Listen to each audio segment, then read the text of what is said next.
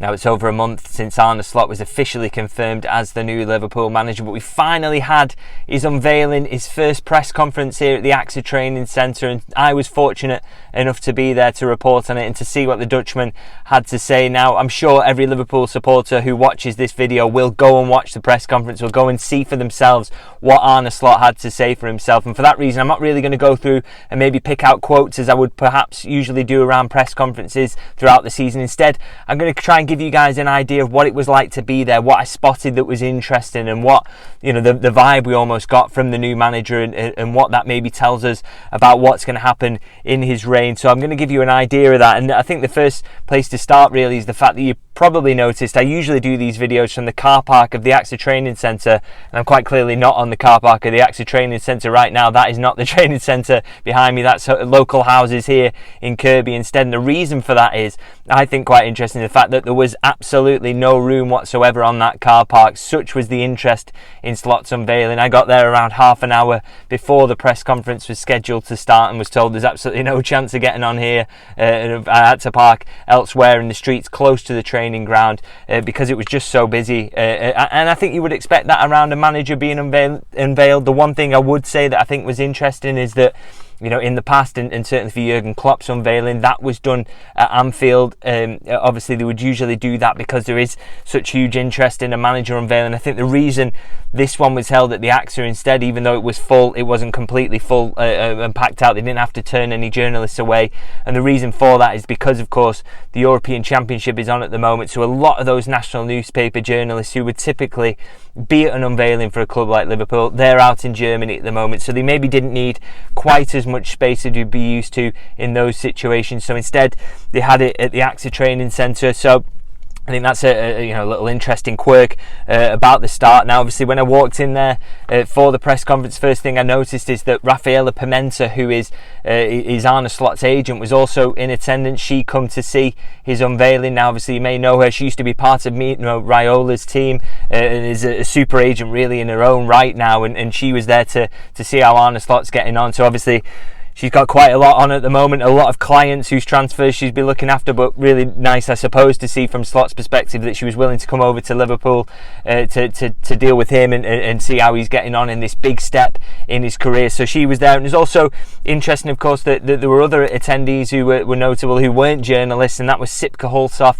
and Ruben Peters. They're two people who are going to be part of Arne Slot's coaching staff. That's been confirmed now. They will be the assistant coach, and Ruben Peters' role, I can't quite recall off the top of my head what his job title is, but he's very much involved in performance and fitness, so he will be almost an Andreas Kornmeier type now for Liverpool. And they were both there to see the press conference, sat in the back rows, of course didn't ask any questions, but they were there to see how the gaffer got on in his press conference. It's interesting actually talking about his coaching staff. It was the one question I asked him was to talk about the coaching staff he's put together. Obviously it's those two, and Fabian Otter we know will come in as the goalkeeping coach. I've done a video on him that's worth looking at in the channel. If you don't know much about Liverpool's new goalkeeping coach, go and give that one a watch.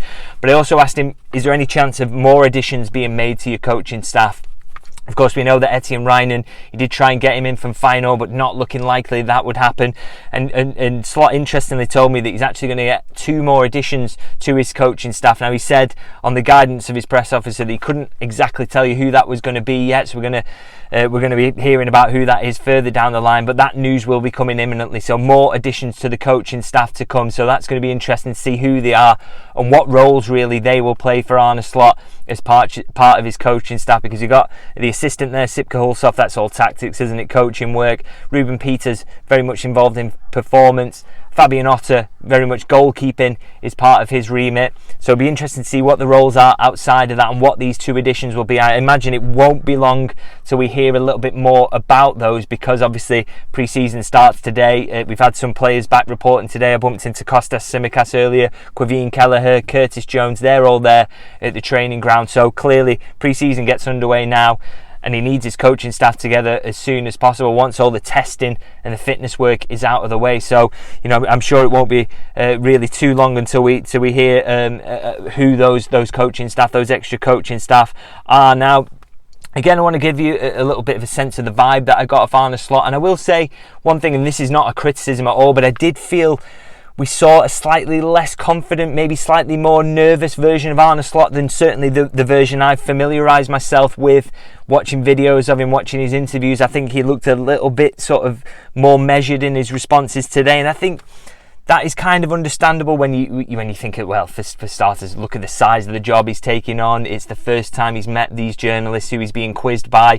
Doesn't know what kind of questions are going to come his way. He's speaking in English, which his English is fantastic. Don't get me wrong, but it's, he's going to become more familiar with using that language, isn't he? When he has to use it basically every day. Now he's here in England, whereas of course before he's incredible English, but you don't use it every day. So that is a challenge for him. So maybe that contributed. But I did think, when I watch clips of him from Feyenoord, even when he was getting grilled about the possibility of coming to Liverpool, he looked a little bit more at ease, and I think that's obviously familiar with your surroundings, familiar with the journalists, so maybe that's something we'll see. He will become more at ease as the time goes on, and I do expect that. But I did think that was notable and worth mentioning from his unveiling. And I would also say, even though there was that element of nervousness maybe and him being measured in his answers, he was steely in the right moments. And I think this is something that's definitely encouraging. For starters, one of the questions he was asked about was the formation. Now, I've fallen into this trap, is being told by certain experts who watch a lot more Dutch Eredivisie than I do, is that he's wedded to a 4-2-3-1 formation, and he was asked, is that what you're going to use going forward, or are you going to abandon Klopp's 4-3-3? And he was kind of taken aback, really, almost took offence really to that question, and suggested that, look, I don't. If anyone watched my team closely, they wouldn't think that I played in a 4-2-3-1. That's not how we use different formations for build-up. We approach that in a totally different way, from game to game and from situation to situation. He wants fluidity in his play, so he totally rejected the idea that he's a 4-2-3-1 guy. He said, really, if anything, my Feyenoord side was a 4-3-3 side. So that I thought it was interesting that he was so sort of firm in the way he responded to that question and really shot that down. I think that showed a steeliness and a man who knows his own mind. And I also got a similar impression, actually. He was asked about Trent, Alexander-Arnold and Cody Gakpo, two players who there's been a lot of debate, hasn't there, around their best positions. Cody Gakpo, is it off the left? He's flourishing in the World Cup. Trent Alexander-Arnold, is it in midfield or right back? How we've seen him, the Euros, I said, not the World Cup. And Trent Alexander-Arnold, midfield and right back, as we've seen at times in the Euros as well with England. And again, he said, look, there's no point me giving my opinion on where they should play for their national teams, because that is all based on where other players are, what your strengths of your team are. But he said, I've got a very clear idea about which positions I want to use these players in for Liverpool. But he said, but I won't talk about it today. It's something I need to speak with the players with first. But I thought, again, like I say, showed a steeliness, showed a man who knows his own mind, shows a man who, a lot of the big decisions that are facing him coming into this team and managing this squad, he has already made, because he's done his research. He said he had a lot of time on holiday to look into how this team plays, trains, what the strengths of the players are. So he clearly has, really, really good ideas about how he wants this to work. And I thought that was, again, showed a strength in his, strength of his convictions and a real, he knows his own mind and how he wants to approach this. And again, something else that I really liked in this press conference as well, and again, don't want to get too deep into quoting him or anything like that, but the first question that was up was, Jurgen Klopp described himself as the normal one. How would you describe yourself? And rather than sort of trying to one-up Jurgen Klopp by coming up with a catchy soundbite, I'm sure he's thought about this question because he knew it was probably coming. He just said, look, it doesn't really matter what I say today to you guys. It's not that's not really important. And he echoed what Klopp said in his first press conference. He said, essentially said that basically the only thing that is important is what people think when I leave. And I thought that was, again, that's exactly the way to approach a question like that. You don't need to come out with a memorable soundbite like Jurgen Klopp did, but the fact he's echoing the sentiments about, look, what people think of me when I leave Anfield will be the most important thing. And he is absolutely, of course, right about that, isn't he? That is the only thing that matters, is the results and how people take to him during his time in the job. And so, the real work in that regard starts here. Now, of course, this is about ARNE SLOT'S unveiling, but it would be remiss of me not to mention the fact that there was someone sat alongside him, the sporting director Richard Hughes. And for starters, I think to mention that, I think it's to, it's important, and it's sort of interesting that he was sat there, obviously, at press conferences previously when managers have been unveiled, and obviously we've not had an awful lot in the FSG era, but I think I think back to Jurgen Klopp, obviously Tom Werner was there to do the unveiling, Ian Ayre was there as CEO, and instead they had a sporting director there to answer questions today. And I thought that was, an interesting decision really, that they went down that route, that they've got a sporting person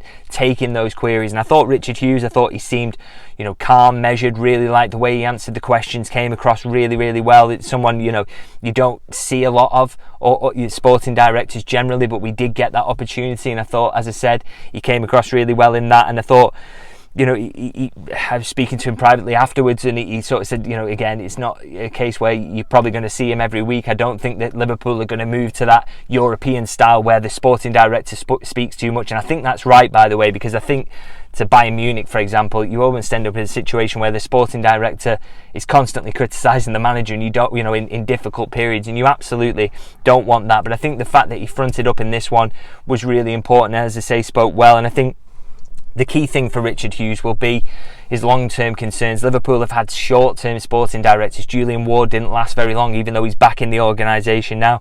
Jörg Schmadtke the same, only in there for a year or so. So, you don't want that. You want long-term planning. You want someone who's going to be there permanently. And I think very encouraging that Richard Hughes was sat on that table today answering questions. It was a big part of the unveiling, because he is going to be a man who's there for the long term. He will live and die by what Arne Slot does as well as coach. It's his decision to bring him in. So I think that was very important that it was there. And in terms of what he actually spoke about, I think, interesting things is that he talked about the fact that this is a tournament summer, in terms of, whether transfers are good. He's probably going to be a quiet July again, because those tournaments are going on. It's hard to get players in when those things are going on. It's hard to sell players when those things are going on, particularly if they're taking part. So the likelihood is he expects a busy August. Now, whether that counts for Liverpool or not, we don't know. I think Liverpool, clearly, my understanding is Liverpool are going to do business, but we don't know the extent of it yet. And I think Richard Hughes was very much trying to manage expectations around what will be done as well, because I think,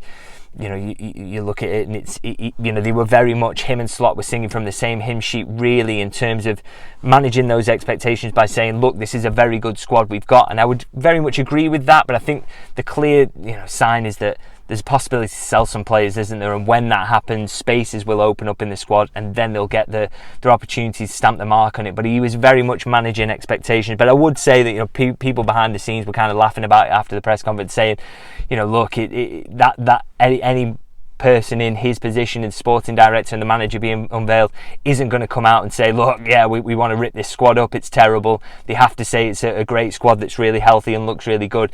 You would expect that, but obviously it does leave scope for them to change things, and I do think that's the expectation going forward. And I think another thing I like that Hughes talked about was that, again, reiterating what he liked about Arne Slot, and he said, very much a fan of the way he plays football, and that's the reason he's there. So he really sort of reiterated that. And also he was asked about contracts, of course. Trent Alexander-Arnold, Mohamed Salah, Virgil van Dijk, and of course, as you would expect, didn't really want to talk about that. He said those are private discussions that have to stay behind the scenes. But you very much got the vibe that those, from all three of them, regardless of how those contract talks go, that there's a real commitment going into next season at the very least, and then the rest will sort itself out when those players come back from international tournaments, when they report, and then obviously Liverpool will go from there with that. But of course, I think the important thing is that although they are playing down transfers, and I think a lot of people maybe jump the gun on being angry about that, and seeing it as a sign that Liverpool won't do anything.